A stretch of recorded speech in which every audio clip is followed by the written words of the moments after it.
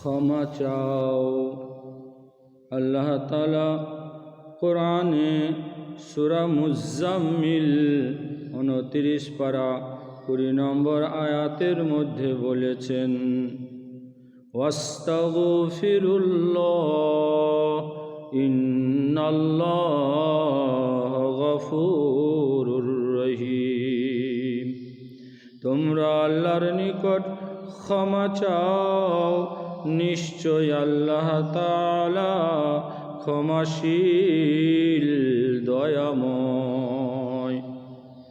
হযরতে আব্দুল্লাহ ইবনে ওমর রাদিয়াল্লাহু তাআলা আনহু বর্ণনা করেন, রাসূলুল্লাহ সাল্লাল্লাহু আলাইহি ওয়াসাল্লাম বলেছেন, পৃথিবীর বুকে যে ব্যক্তি পাঠ করে লা ইলাহা ইল্লাল্লাহু ওয়াল্লাহু আকবার ওয়ালা হাওলা ওয়ালা কুওয়াতা ইল্লা বিল্লাহ, তার সকল গুনাহ ক্ষমা হইয়া যায়, যদিও তার গুনাহ সমুদ্রের ফেনা সমতুল্য হোক না কেন।